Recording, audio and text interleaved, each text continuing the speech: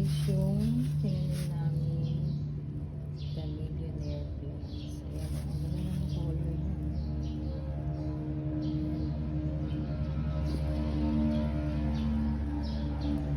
Grabe na. May iba't ibang colors niya. Yung nasa baba, meron pang white.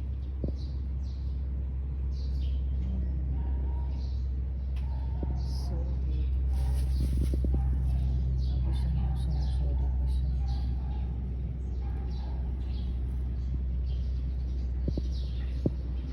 Kaya siguro millionaire ang tawag yan kasi ayan, sobra siyang mulak-mulak. Pagpulipin talaga.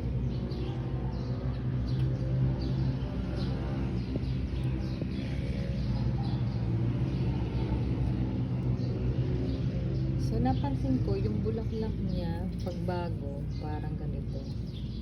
Tapos, biglang magbo-blue. Ay, baliktad. Pero hindi, bago to eh.